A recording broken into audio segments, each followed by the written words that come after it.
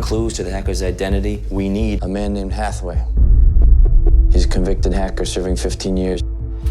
Part of the excitement of making films for me is that you get to take yourself in a world you're really fascinated with, and you get to explore it with experts in depth rapidly. I always feel I have to know something about an area before I can figure out who the players are. To me, it would be a cheat to have a preconceived story and then put it within a milieu instead of authentically being inside the milieu and finding out what kind of people these are, how they think, how they walk, how they talk, how they dress, who are they. That takes me into a series of meetings that I set up with people who are expert in it. He was very interested in the motivations of a hacker. What drives you to hack? What reward do you get out of it?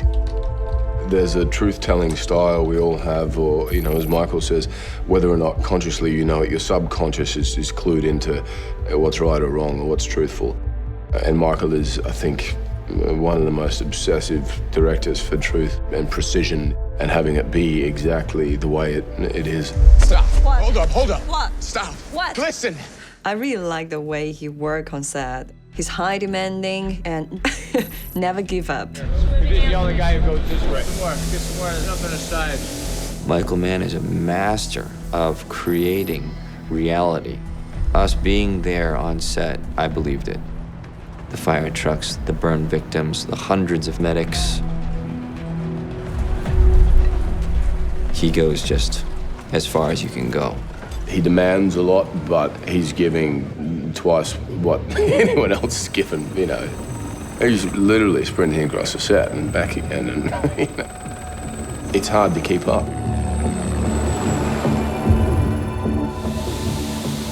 Michael will be standing in the middle of the set, and you can see it. You can see in front of his eyes, there are these vast tableaus and the minutest of details. What follows thereafter is this muscular effort, and it is a muscular effort, to recreate that, to impose that on the world around him.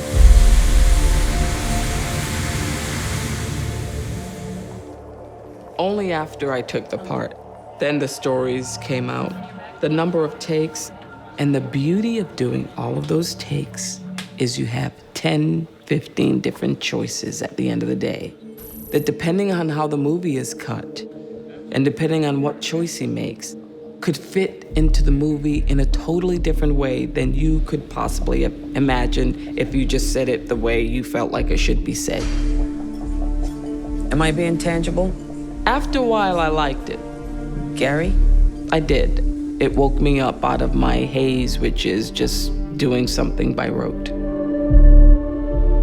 5 men, 2 floors below. You never know what's gonna happen or how many takes we're gonna do. Oh, you left the end back over there. And then you kind of get to a place where you don't know where the scene's going. There's a freedom to it. You just sort of let go because you have to. You exhaust trying to hit a mark because we see you trying to hit a mark then. You just say the words, and it becomes a lot more honest. If this guy even twitches, you're gonna shoot him.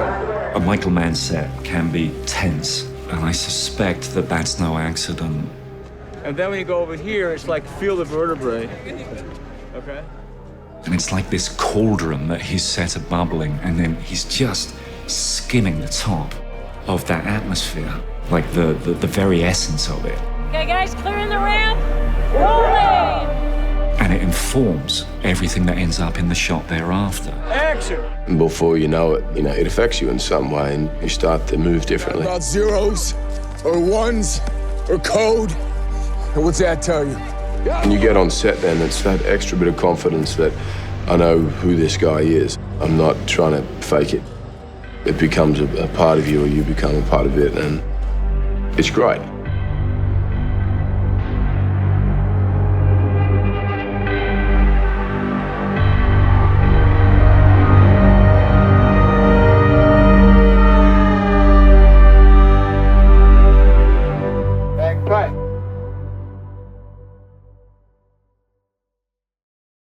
Star Wars fans, listen up. Not only do beloved friends R2-D2 and C-3PO appear in all 6 Star Wars films, but they actually do make a small appearance in another Lucasfilm classic, Raiders of the Lost Ark. Yes, I kid you not. During the scene when Indy discovers the Ark of the Covenant, if you pause, you can clearly see them in the background as hieroglyphics.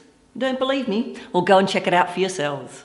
Subscribe to keep up to date on all the latest trailers. I'm Lisa, and thanks for watching.